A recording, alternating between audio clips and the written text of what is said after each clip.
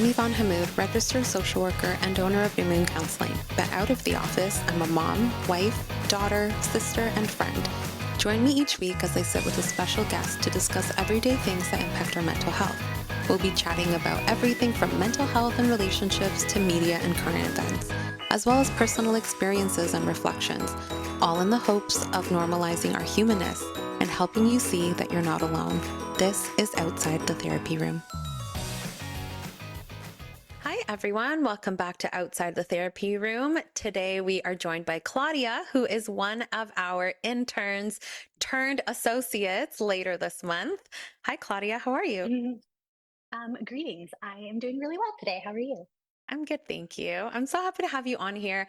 What drew me to you as an intern was your experience working with kids in like an Mhm. educational school place, but also like more in a therapeutic space. And you came with so much knowledge on play therapy and just, some really fun, interactive, creative ways to engage kiddos in therapy.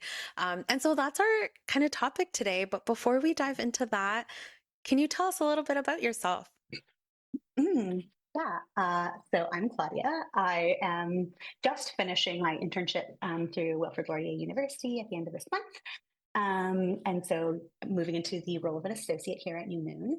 I've been working with like youth and adults for a really long time. I won't age myself, but it's been a Yeah. while. More, I guess more specifically, I've been working with like kids and youth since about 2019. I started working in childcare and really fell in love with it. And that sort of led me to where I am today. So yeah, I'm excited to be Hmm. here. That's amazing. And we Yeah. always like to ask our first time guests a little bit about themselves outside their profession or outside Mhm. the therapy space. Can you share a little bit about yourself if you're comfortable? Yeah. So I live with my family here in Kitchener. We have a dog and a couple cats, so no children of my own, which probably allows me to do my work a little bit more effectively. Hmm.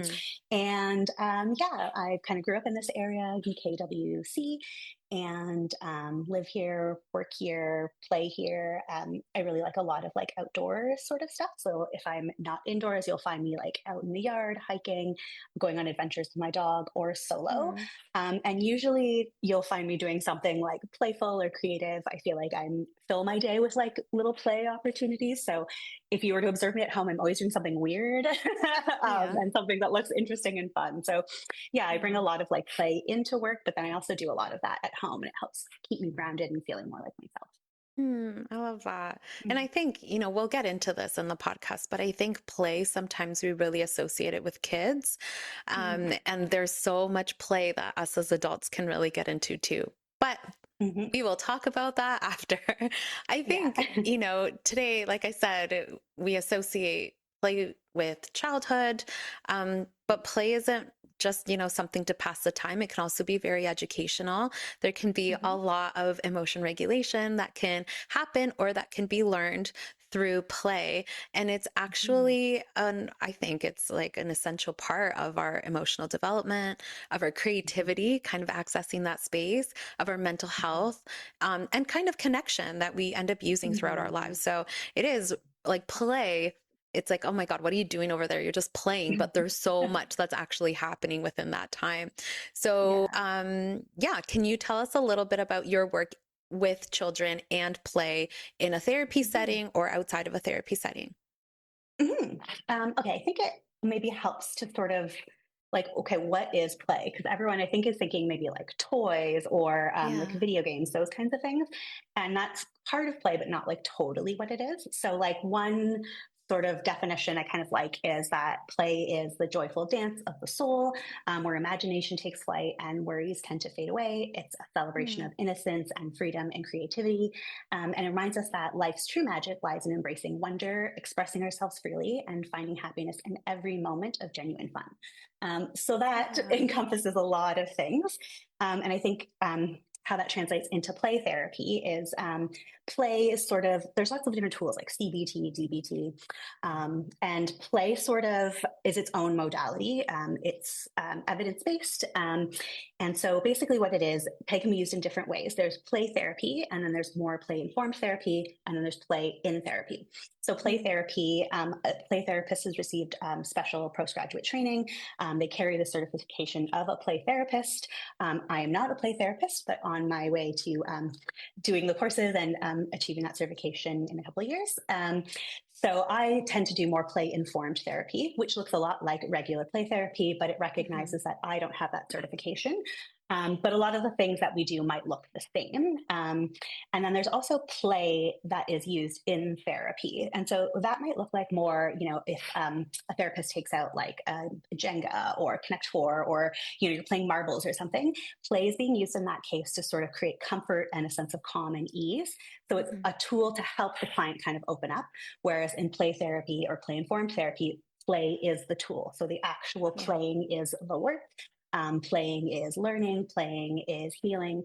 And so just, there is, there can be like directed or non-directed, but basically the play itself is what the magic comes from.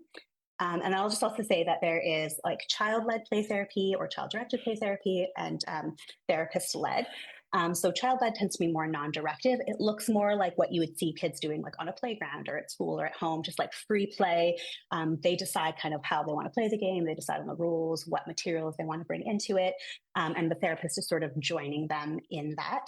And then if it's more therapist-led, you'll see maybe the therapist introducing a game, like for example, like Candyland, if they want to explore things like rules and boundaries and dealing with like disappointment and loss. So they'll kind of use the game with a purpose in mind, whereas child-led play therapy, I have no agenda. It's what the child wants to bring out through their play.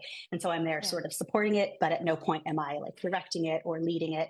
And it's more like taking a step back and more observing how to support the child in their play.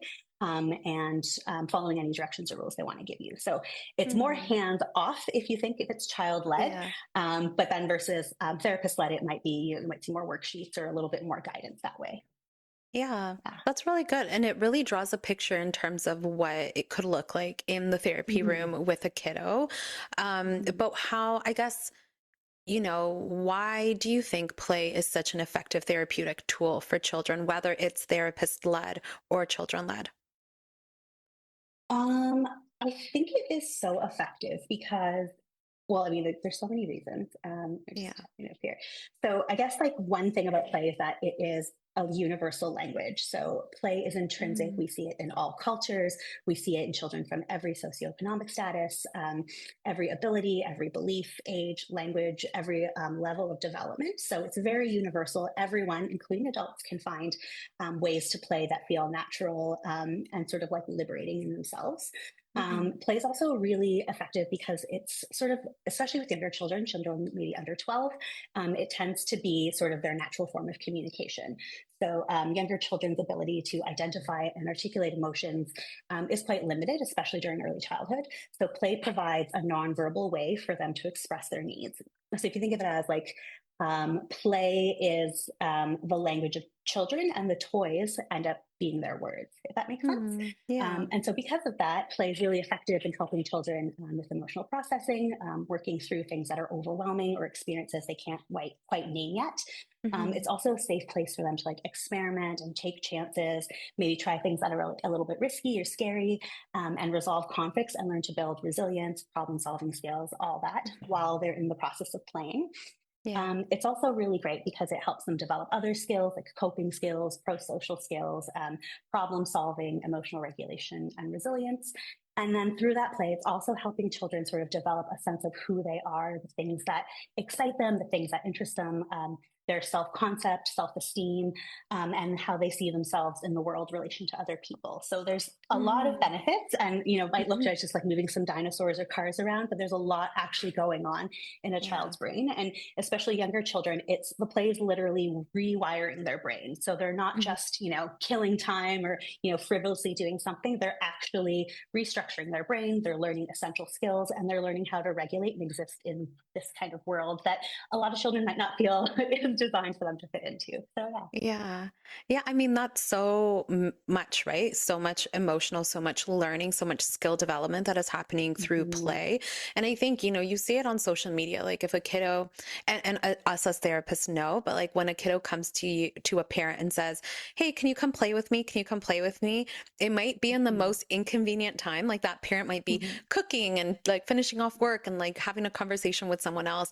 But that is the kiddo communicating a need. Like, I want to Mm-hmm. spend time with you, or, kind of becomes their way of expressing something that they might not have the words for, as you pointed out, right? Mm-hmm. Of like, hey, I'm Mm-hmm. needing a little bit of attention, or I'm feeling a little bit lonely. Exactly. The asking Mm-hmm. for play is that. And so I think for parents, Exactly. sometimes it's like, oh my gosh, I don't have time to play with you, right? Like, I'm so Yeah. overwhelmed with all of these things. But if we look at it as this kiddo is trying to connect with me, how can I connect Exactly. in a way that meets their needs, but also, it is respectful of my own needs right now? And so it can Yeah. be hard, but there's so much I mean, there's so much in play just from what you mentioned around Oh yeah. like coping and, Mm-hmm. um, I'm sure you hear this a lot too, but some kiddos have a really hard time losing at games. And so Mm-hmm. that is a safe place, as you pointed out, playing a Candyland or whatever it is. Yeah. It can kind of build up the coping tools of like, okay, how do we sit through this loss of like, we're really upset we lost this game. But it can Yeah, be, it exactly. can be really, yeah, educational. Exactly. Yeah. Like, and in like the ECE kind of early childhood, child development world, we talk a lot about like playing is learning. And so if Yeah. that kid is maybe coming to their parent saying like, "Hey, you play with me," what they're actually saying is like, "Can you connect with me? Can you come and see what I'm doing and see that it's important and, validate that what I'm doing has value and matters to you?" And Mhm. so, sometimes for parents, if you're like doing the dishes or making dinner, it can be really hard to kind of be like, "Oh, I really want to come, but I can't." But Yeah. finding a way to communicate that with your kiddo that, it's important and that you'll do it at some point, and not always just saying no. And if you're Mhm. able to, as a parent, to just kind of drop what you're doing and go join, even 5 minutes is going Yeah. to do wonders for that kid. And like we were saying, all those skills, but also like that sense of feeling loved and appreciated and Mm. important and special. So yeah, when they're coming saying like, "Hey, can you play with me?" Trying to think of it as like, "Hey, can you connect with me? There's something that I need, a social emotional need, and I want you Yeah. to help me sort that out." So yeah. Yeah, love that. Since we're kind of talking a little bit about play therapy as well, what might a play therapy session look like for a kiddo? So if a kiddo is coming in to see you for play therapy, I know you mentioned like client-led, therapist-led, but just Mm-hmm. is there like a kind of Mm. like a steps, or I guess, is there somewhat of like a routine that happens in session? Yeah, I think it kind of depends on like the therapist's own style. And so, like, I'll describe kind of what I do. So, we'll have sort of like the playroom sort of already set up with various like toys and materials. Usually, if I'm meeting with a child for the first time, I will have done a consultation with them. And so, learning things that they're interested in, like arts or what kind of games, and trying to make sure that there's some of those things represented in the therapeutic space. Mm-hmm. And so, when the child comes in, I like to sort of structure the session by saying, like, most of the things in here you can say or do are okay. Basically, if there's anything you can't do, I'll let you know, but we'll face that when it comes. But basically, when you're in therapy room, you can say or do almost anything you want to say or do. And so Yeah. that opens the child up to be like, "Oh, okay." Sometimes they're often like, "Whoa, wait a second, what does that mean?" Or some kids just go and play right away. And so Yeah. usually I'll invite the child to kind of like orient to the room. We'll look around at what's in there together, open the cupboards, take stuff off the shelves. And sort of as we get to know each other, we're also getting to know this play space, and thinking of it as like the environment there is like the third person in the room. So like Mm. in a classroom, the environment ends up being the third teacher, and in the therapy space it's kind of the same thing. So we want to make sure that that space, the lighting, the temperature, the things in the room, the colors, there's a variety of textures, sensory materials, all things that might appeal to kids of different abilities and ages. Mhm. And so while they're looking around the room, they're starting to get ideas like what they might want to do. And then usually by this point, when we're like pulling stuff off the shelves, the child will find the thing that they want to do. And then we'll Yeah. just kind of go from there. Um, in the space, I usually stay pretty close to the child. And so, if they're on one end of the room, I might go sit near them or with them, and just making sure that I'm there so that I can create this like therapeutic presence. It's not that they're playing on the other side of the room and I'm over here watching. I'm with them. I'm, looking, I'm observing, I'm, mirroring back their emotions, reflecting some of the things that they're doing, and paying really close attention to shifts in behavior, emotions, facial expressions, the type of play they're doing, whether it's like a more aggressive, more nurturing. We're looking for things like themes. And all this is kind of going on in the therapist's brain. And the kid is just, making Play-Doh shapes or like digging in sand. But then we're noticing the things they're doing. Like, for example, if they keep like burying and unburying like people, it can, relate to maybe like a death ritual or burials or some kind of loss. Mm-hmm. And so that's not always the case. We see kids burying with sand, we're like, oh, that's a death. It's not like that. But it starts to themes start to emerge. And then based on your work with that kiddo and the things you had to learn about them, you'll start to put these ideas together. And, it might just be that they like burying things or they want to be an archaeologist. There could be no trauma or anything attached. And so that's all of the things that the therapist is paying attention to like what the kids are doing merely for like pleasure and expression, what kinds of things they're doing to try to sort through emotions, any repetitive behaviors or repetitive games. If kids, are playing the same game over and over, it's an indication to us that they're trying to make sense of the situation that's happening. And for a lot of kids, that means talking about it a lot, acting it out a lot, playing it a lot. And so parents at home might see something like, oh no, my kid's like, acting out these like scary kind of themes. And like, that's okay. They're trying to figure it out in the way that they know best, with the skills that they have. And so these are all things the therapist is kind of like looking at, like making mental notes of. And then at the end of the session, the child isn't responsible for cleaning the room. Some therapists do this differently. I like the space to be for them to be able to do whatever they want. And typically that's not cleaning. Some children, though, take a lot of sense of pride and value in helping the therapist clean up. So it's also attuning to what that child needs, adjusting the environment, adjusting your response, to make sure that the play is the focus, their expression is the focus, and not so much like who's going to clean this up. Let's not be too messy. So it's sort of kind of you're maintaining like full freedom. But exactly. Like you're giving the kiddo freedom. Yeah. And within that boundary, right? Because I feel like with a lot of parents, we think that boundaries on kids is like telling them what not to do. And in this case, and in other parts of life, boundaries actually create the safety, like create the vessel for the kids to explore some of those more scary things. So that's why in the playroom, they're really encouraged to be messy, loud, move around, try something, stop doing something, whatever they want. And the therapist is just there to kind of scaffold and help guide, but not to sort of interrupt or interject themselves. Yeah, I love that for a kid to just kind of have like this creative freedom to kind of express themselves in the way that they need to. And speaking of like, certain play, maybe scaring parents, or, maybe it's like a really tough conversation, like a conversation about death. I'm remembering like a Bluey episode when, for parents who are just equally as obsessed with Bluey as I am. Like there was an episode where a little bird died and Bluey saw it on a walk with his dad, and they went and they took it to the vet. And unfortunately the vet ended up saying that the little guy had passed. And then you see Bluey come home and play that, like reenact that in play with her little sister. And the mom was trying to be in play as the doctor and wanting to be like, oh, I fixed the bird. It's okay. And Bluey was like, well, no, actually the bird has died. You have to tell me that. Yeah. And so then the mom's like, are you sure? Like, we just experienced that a few hours ago. Like, are you sure? And then, Bluey was like, yeah, I'm sure. And so it is sometimes a kid's way of processing certain different things in life, even I've had it, with my boys, superheroes is a big thing. It's always been a big theme. We are, obsessed with superheroes. But I remember in their play when they were younger, they would sometimes reenact things that happened at school.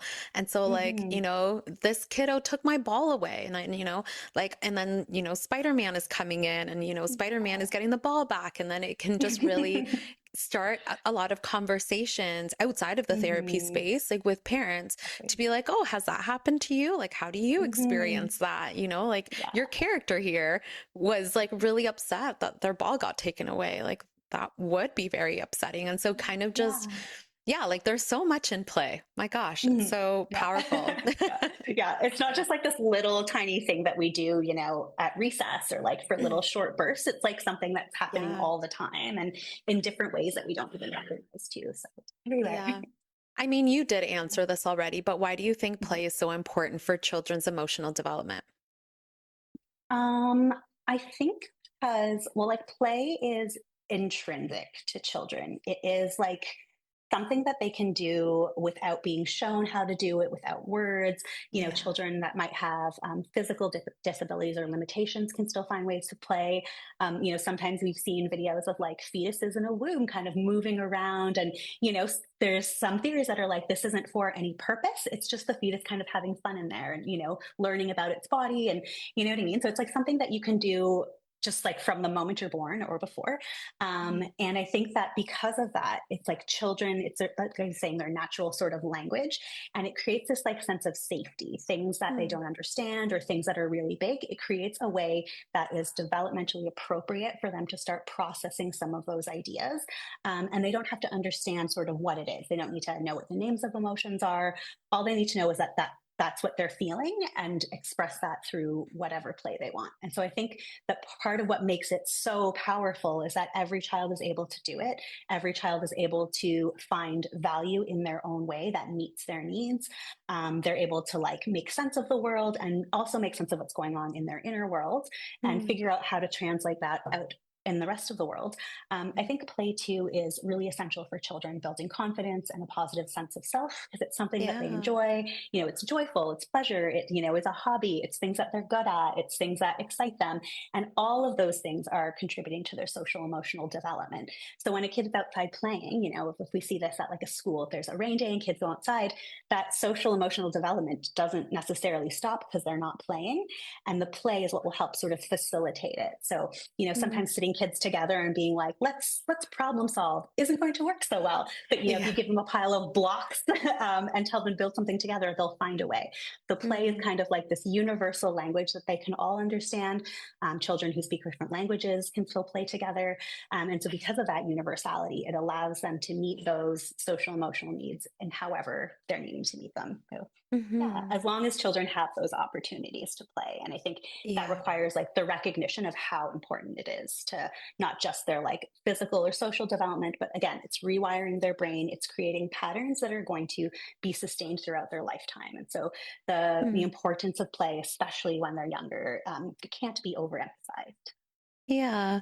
I think too, like in play, there's so much expression of like their imagination and creativity. Mhm. So what role does imagination play in emotion regulation? It plays a lot of roles. There's a lot of different ways that kids bring imagination into their play.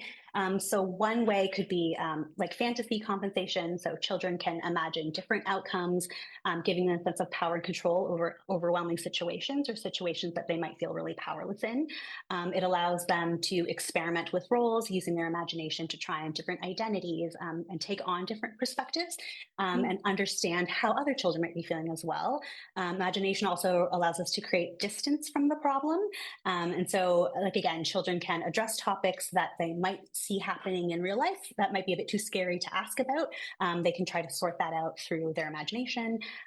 Imaginative play also helps a lot with problem solving because it encourages different solutions, flexible thinking, and resilience, trial and error when things Mhm. don't work out. Imagination also really helps too in mastering experiences and regaining that sense of power. So, like I just mentioned, like it gives children a sense of power and control. It lets them be successful, and that contributes to building a really positive self-concept.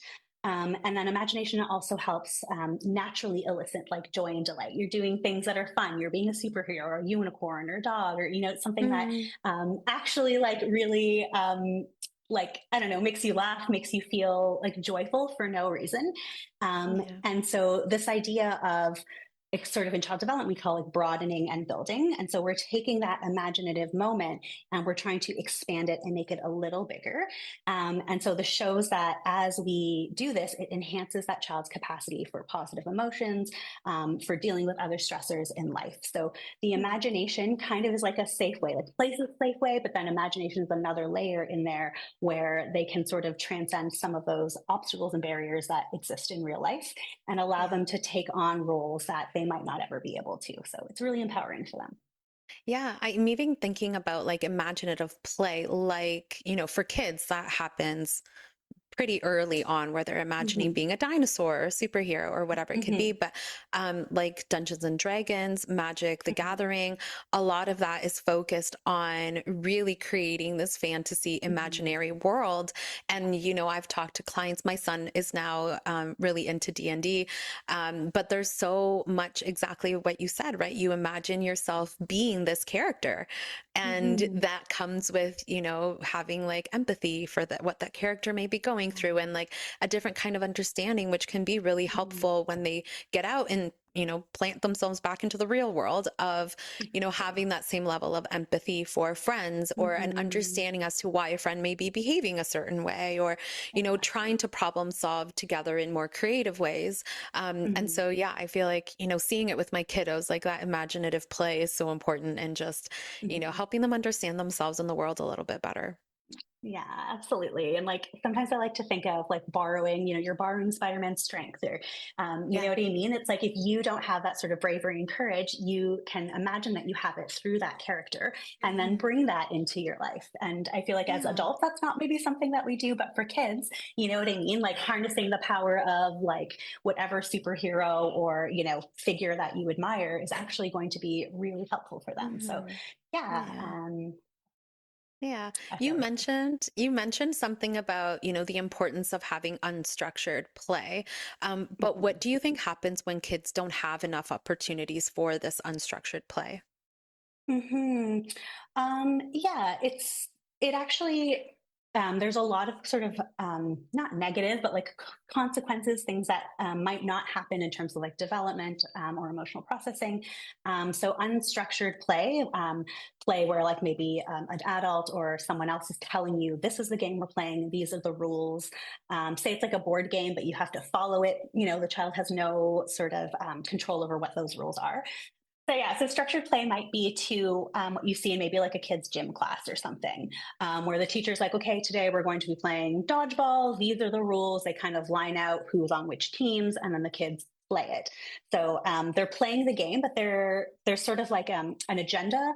There Mhm. is a start and end, and there's kind of like everyone has this kind of goal. The goal is to like get out the other team.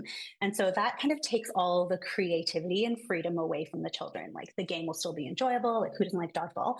But they're not going to get the same things because it's so structured and because it's so rigid. Versus unstructured play, it allows like unlimited emotional processing because they're getting to do the things that they want to do, and they're getting to use play as the primary means of working through those experiences, whether positive or negative. The unstructured play too allows them to sort of decide and be autonomous. Like, this is what I want to do. This is what it's going to look like. These are the things I'm going to need.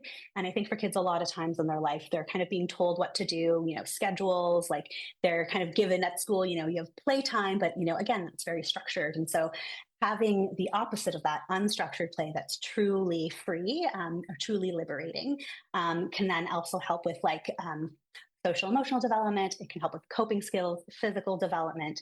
The unstructured play gives kids a chance to like plan and try things, and then maybe like realize that that game's not going to work, and so they have to go back. And so they're problem solving, they're being creative, they're working with others, they're collaborating, and all of this is happening because there are no rules, there is no agenda. And so again, you get a lot of things from structured and unstructured play, but what you can get from the unstructured play is vastly different and far Mhm. more expansive than what you can get through that structure. Which is why in my practice, I like to use more child-led therapy, again, because the possibilities for the child healing and development are much greater that way versus Mhm. if I'm sort of directing their play. Yeah, yeah. No, that makes so much sense. And I think, as you said, there's benefits to both, but having that unstructured, I think also helps with the child's decision making.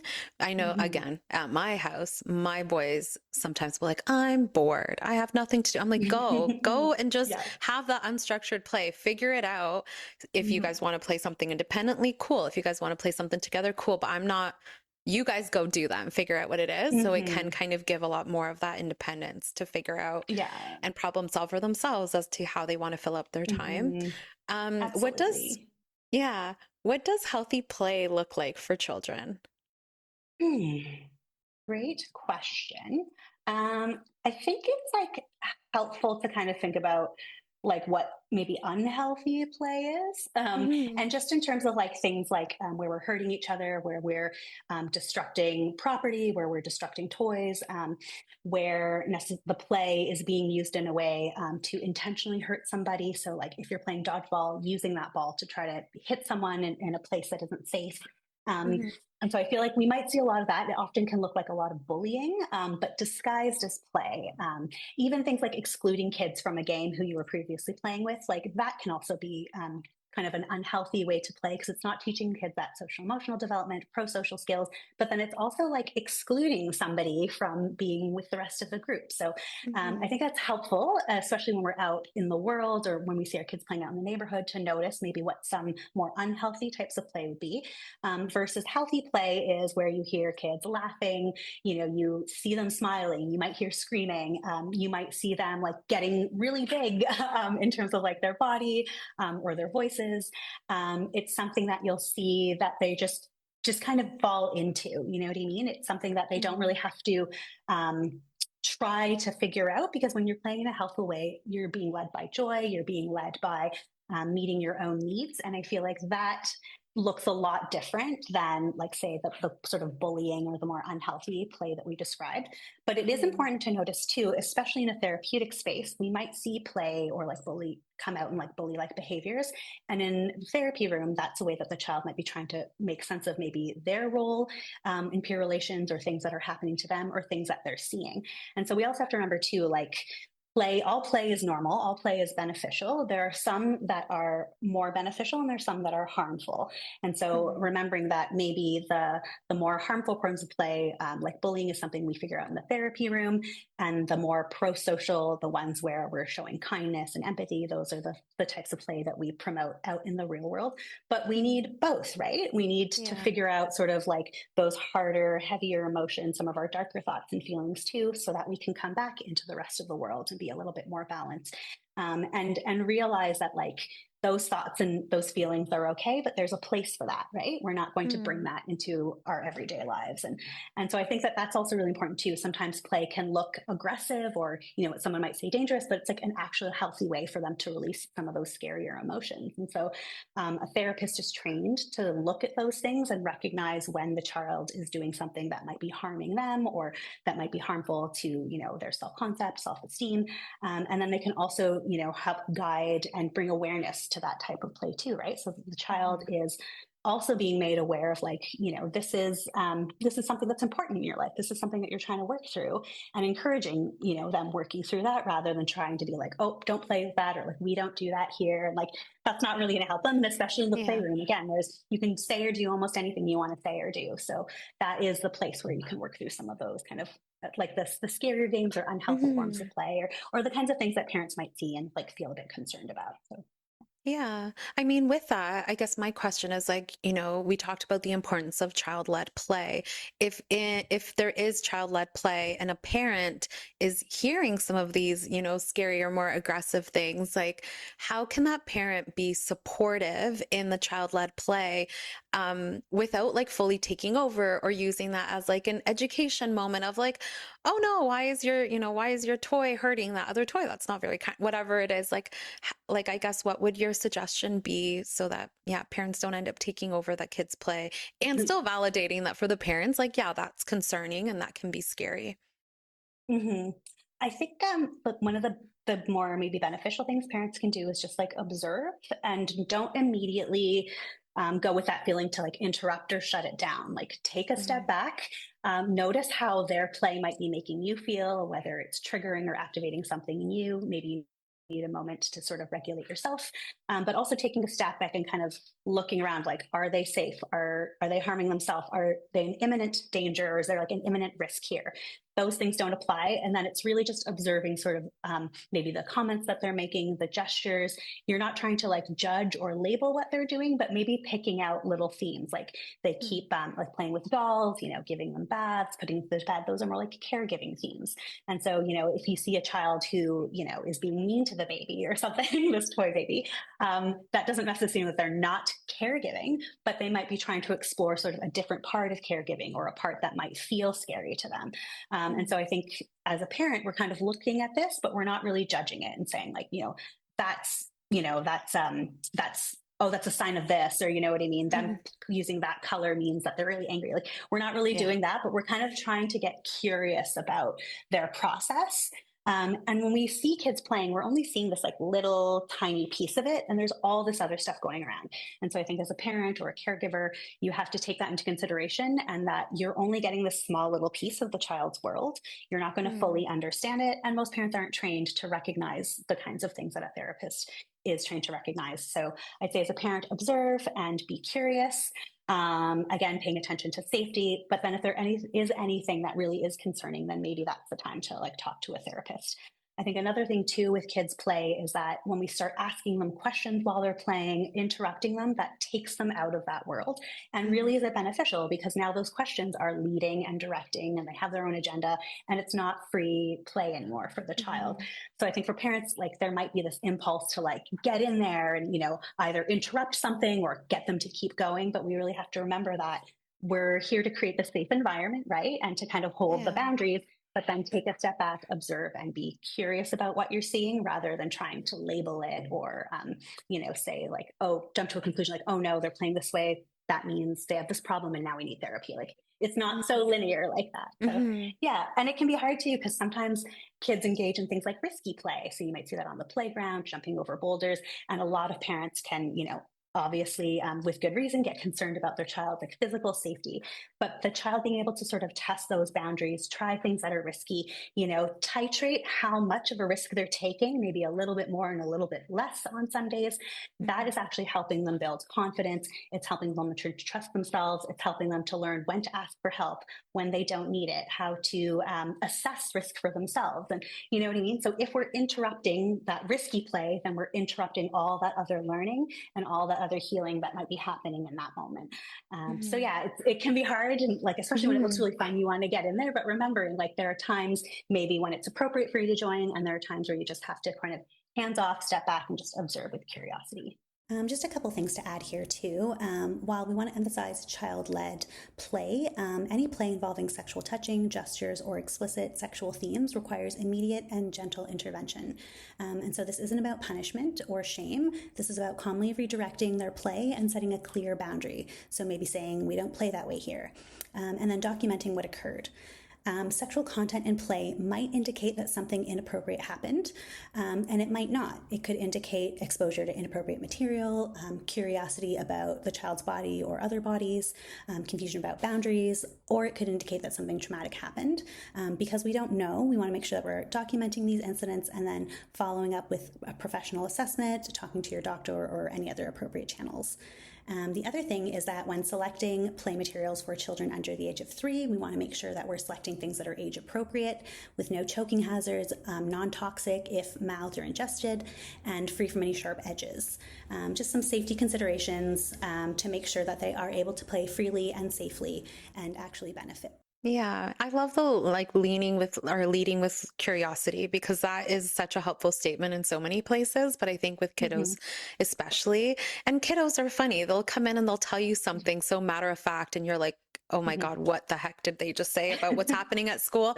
And yeah, we end up building, filling in the blanks as parents, and leaning with curiosity actually allows one, interaction. So now we're interacting with our kiddos, but it can also, just be a better approach to take to really understand what the kiddo is trying to explain instead of putting our own stuff on top of it. It's hard as a parent. I know it's hard sometimes because, you know, my kiddos will come home from school and be like, oh, this and this happened. I'm like, wait, what? What do you mean? Why did that happen? You need to set your boundaries. And then it's like, well, wait a second, Yvonne, like relax, be more curious, ask those questions before going all mama bear on everyone. But yeah, it can definitely be challenging. Okay, one thing that is interesting, and I think I said it in the beginning, is that play isn't just important for kids. It's beneficial for us as adults as well. And there's a lot that we can benefit from it too. And so why do humans need play at every age? I think for a lot of the same reasons that kids need it, actually, like the mental health Yes. benefits. I mean, what adult right now isn't seeing the state of the world and getting a little bit Yeah. worried or maybe feeling a bit overwhelmed with stuff in your own life? I feel like just like kids need an outlet to sort of sort through some of that stuff and to help sort of contrast all the stress of their life. Adults need that a lot too. And so I think that as we get older, we start to kind of see play of like something that is like infantile. Kids do that. It's not productive. It's a waste of time. And especially if you're stressed out, you know, the idea of going outside and blowing bubbles for 5 minutes might just like, you know, make you panic because then that's 5 minutes that you're wasting. And so what I think a lot of adults forget is that, again, play is an intrinsic part of the human experience. It doesn't go away just because we get older. And the therapeutic benefits or like powers that come with play don't end when we reach adulthood. So we still need it in our lives. And it can be just as important for adults, but in different ways than it is from children when they're younger. Again, Bluey episode again. Like of Bluey and Bingo involving dad in play. And it was like he was just born yesterday. So he had to pretend like he was just born yesterday. So he's being very curious about the things around him. Like, what is this green thing? And it's a leaf. He's looking at it, everything. But by the end, they're done playing. And the mom is like, what's dad doing outside in the backyard? Are you guys still playing born yesterday? And they're like, no.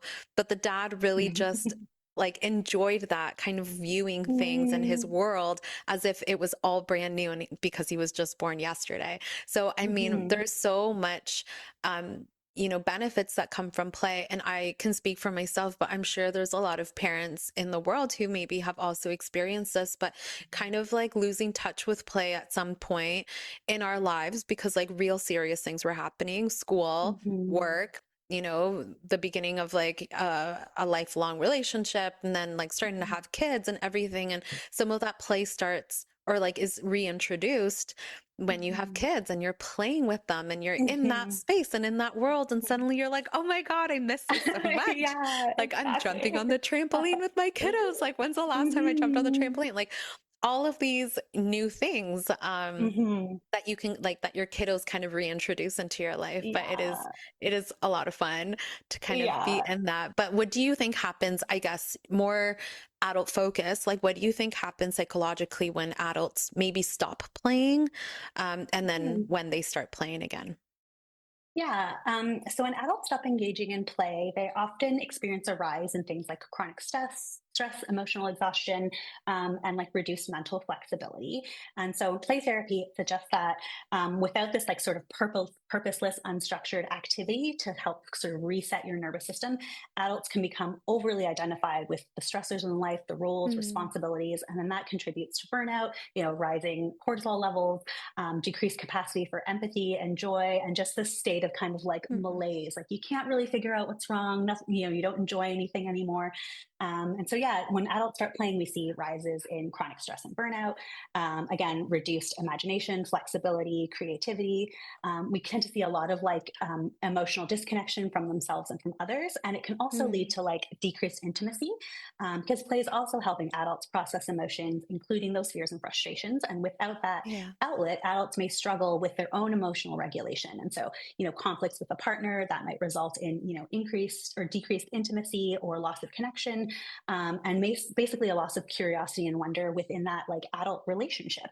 And so, you know, it's not just something that's affecting your home life. It's affecting like your mental health. It's affecting the people around you. And it's also affecting like your work. So, you know what I mean? It's not just, we think of like, oh, play might not be productive, but it might sometimes be the most productive thing you can do because it's going to positively benefit all these other aspects of your life. And I know as like a student, there's so many times where I felt like burnt out, and I would just like kind of close my laptop and go blow bubbles, or I have like ribbons around or like fabric fans to like do big arm movements. And so when I'm stressed, sometimes I would just kind of walk away from that, move around. And it's almost like when you maybe chat with a friend for 5 minutes and give you a bit of a pep talk, you come back to your work feeling different. The play or like whatever I'm doing helps to do that. And, sometimes I'm out of breath from just like waving ribbons around, and, it helps to kind of decompress your nervous system enough so that you're able to come back and focus and then be more productive. And if you were to follow me at home, you'd see me taking so many breaks throughout my day, but that's because I need this bit of play to help balance out that stuff. And same within the office, between clients, I always have enough time in between to, reset and clean the therapy room, but also for my own self-regulation. I get to play and like draw on the whiteboard and make crafts and you know what I mean? I get to do that stuff too, because it's helping me then show up for my clients and the people in my life a lot more fully. So it can often be the thing that like pleasure can be the thing that we check off as like we don't have time for, but we have to remember that kind of like taking your vitamins, drinking water, play is essential to who you are and to your well-being, and it needs to be a part of your life. Yeah. And like 2 episodes ago, I think we were talking about self-discovery with Lacey, and we talked about kind of going back into our child selves. And so going back into like hobbies or things that we really enjoyed or things that we did, and kind of slowly starting to introduce some of those things back into our lives as adults. And I know, again, like play through my kiddos has been just like organic. It's just kind of happened. So like Play-Doh or playing with kinetic sand, playing board games, coloring, like having coloring contests where you have to like blindfoldedly like pick through colors and then draw your picture. Like all of those things are so fun. And again, as you pointed out, when we are experiencing such high levels of stress, which like, again, not to discount stress, like, of course, there's so much crazy things happening, not only the world, but like within our economy and finances. And, if you have a responsibility to your home and to your family, I can understand the amount of stress that somebody's engaging. But as like the important thing that you brought out is like hold little space for that play, for the ability to kind of just be free and do what you need to do, because it's going to help manage the stress. It's going to help avoid the feeling of burnout completely. And I think there's so many other benefits that it can have. What are some of those mental health benefits of play for adults? Yeah. So we see obviously the emotional sort of component, like stress reduction, positive emotion generation. Play can also lead to like catharsis. So this like safe release of stored emotions or tension, things that you don't really realize. One day I had a big box out in my living room for my niece to play with, and my older sister gets in the box too. And she's like, wow, like I love it in here. I want to decorate. She started putting lights in there, drawings, decorations. And she was like, I can't believe how much I love being in this box. And I think it's because she hadn't done anything like that in a while and forgotten how much benefit there is and to just have that moment of like joy and pleasure in play. And so I think that like in that case, you could really see some sort of catharsis moment happening for her. Not all the time, but like sometimes. There's also a lot of like cognitive benefits. So like problem solving, again, like flexible thinking, novel approaches, using imagination, and breaking from sort of these rigid patterns that we get stuck in as adults. And then play also helps us take on different perspectives, thinking of like how someone else might use a toy or material versus how you might do it, and trying it in different ways. There's also a lot of benefit for like the social sort of relational side of things. So enhanced relationships, obviously, when you're sharing play with someone, it strengthens that bond, it strengthens that connection, but then also helps you build things like empathy. It helps you reconnect to sort of like your forgotten self. And that might include even more empathy for people. That might include empathy for yourself. And so all of these little things that kind of get lost in adult responsibilities, it might help to sort of bring some of that out, and then making it more capable for us to like relate to our children, to our coworkers, to our friends. And I think maybe most importantly, and this is maybe for kids and for adults, is that the personal sort of benefits, right? That resilience, building your capacity to cope with life stress and to still find joy, the self-esteem that comes from it. So like experiencing confidence, self-mastery, whether you're on your skateboard, whether you're playing a video game, whether you're making crafts, that is giving you this sense of satisfaction and completion that's coming from inside you and not from anyone else, that intrinsic sort of motivation. And also I think play helps with sort of that internal locus of control, like your sense of agency, your sense of self-determination. There's a lot of things in life that adults have no control over, even though, we think we will when we get older. And so play kind of gives us a way to kind of manage some of those things that we can't control. Because again, it's unstructured. We're doing the things we want. We're doing it for no benefit other than we enjoy it.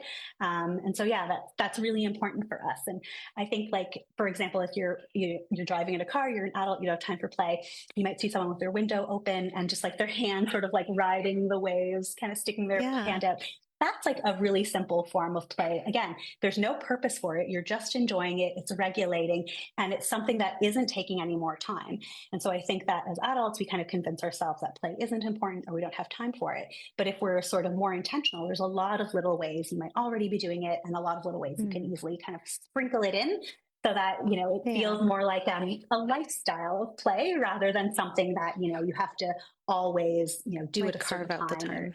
Yeah, exactly. And that might happen at first, right? And especially with parents and kiddos, you might, like I always recommend a parent, 10 minutes a day, 10 minutes of like completely focused attention on your child. So like no phones, no screens, you're not talking to somebody else.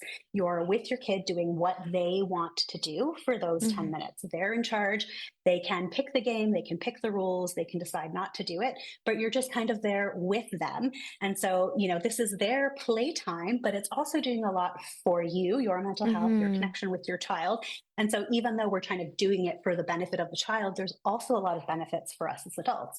So I think that, as an adult or a parent trying to bring play into your life, just maybe some more intentional, mindful play with your children can be a way to get them what they need socially and emotionally, but also to get you the things you need too.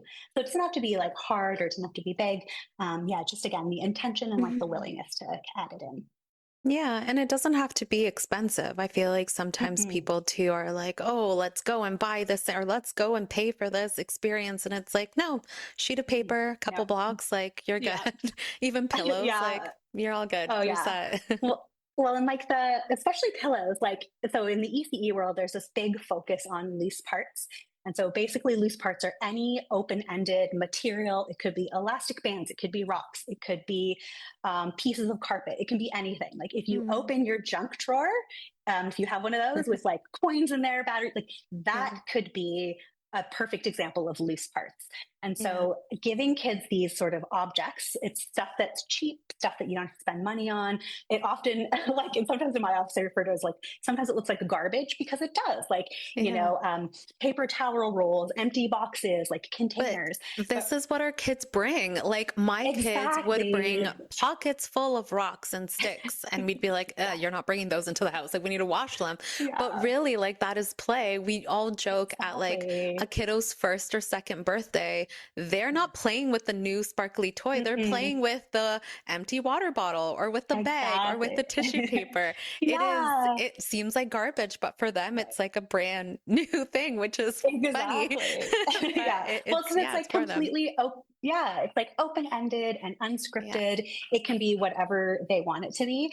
And I think that's a perfect example of like, you spent money on this toy, but the money wasn't necessary for the kid to enjoy it. Like wrap up one of their existing toys in some newspaper or some flyers and like hide it somewhere. Like that creates like a little bit of a play. And we didn't spend any money on anything. And so I think if we look at play too as like just having these loose parts or open-ended materials, that can create a lot more opportunities for play and engagement than say having a video game console or tons of board games. So it can be done at no cost anytime. Yeah. What are some other ways? I know you already mentioned a couple, but what are some other way adults can reconnect with play in their own lives? Maybe for those that don't have children or whose children are older and they're wanting to kind of reconnect with play. Like what are some of those ways? Yeah. So like I mentioned, like sticking your hand out the car window is just like I see so many people doing it and I'm always like, Yeah, yes, it's so they're fun. having a good time. Yeah. Yeah. But finding like little moments. So for example, when I wash my hands, I try to use that as like a mindfulness opportunity. But then it also becomes play. Like you're feeling the texture of the soap suds. Sometimes I give myself a few extra pumps of soap and I don't know. I like to play this game where I like cover the entire surface of my hand to see if I can't Hmm. see it. And, then just wipe it off, finish, washing my hands and move on for the day. But pausing and doing that, again, there's no purpose. There is no Yeah. goal. It's just something that I enjoy doing, kind of Hmm. making my hand look like a lizard or a snake or, you know what I mean? Like Yeah. just thinking of doing something for no other benefit. I feel like there's a lot of little ways you can sneak that in. It could be when you're standing in a checkout line, like you could tap your foot to like a melody or like a song you're hearing, you know what I mean? Just Mm. start swaying just for no reason. If you're, walking to the mailbox, I don't know if people still do that, or like Yeah. standing at a bus stop. Something I like to do, especially on rainy days like this, is if there's like a little puddle, just like stick my toe in it and like splash for no reason, right? Hmm. Just Hmm. little things that you're doing that are fun.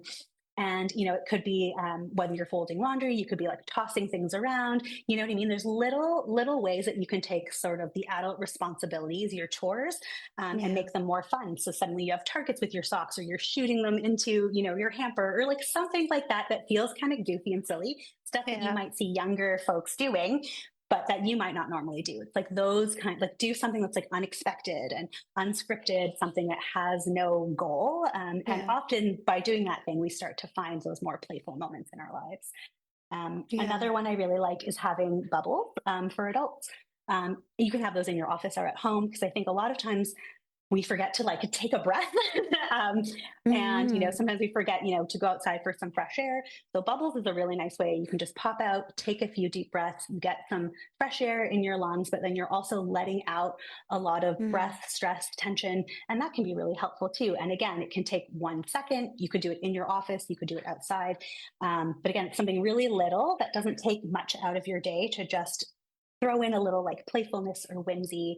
And I Yeah. think once we start to do that, we'll notice that like, hey, that was kind of fun. You know what I mean? Like tapping my toe Yeah. in puddles is like one of my favorite things It's now. so And fun. like, Yeah. right. And nobody cares what you're doing. Nobody's watching you or being like, that's silly, or you know what I mean? Hmm. And we have to kind of let go of that as adults and Yeah. be like, this Yeah. is for me. And so, yeah, if you can tune out the rest of the world, or even if you have to do it by yourself sometimes, finding ways to like, experiment with that more playful side is really essential to your well-being. Yeah, for some people, it is like you pointed out, right? Like very vulnerable to kind of allow their child's like to come out in a very public place. There's like that fear of Mhm. perception. But I don't know why, something that you said kind of brought up this like social media reel that has been going out, which is like a man, I think, is like walking by a little kid who's like happily skipping along. And then Mhm. when that kid passes, he kind of starts skipping and then like just to like give it a try. And I Yeah. think like that's that person in that moment is like, oh, that looks like a lot of fun. I'm going to try to do it, Yeah. not even Oh, knowing yeah. he was being recorded. But I think, Mhm. something I tell my kids a lot, because now cringe is like a big word. I'm like, be Mhm. cringe, just do it. Like, who cares if Yeah. it's fun for you? Do it.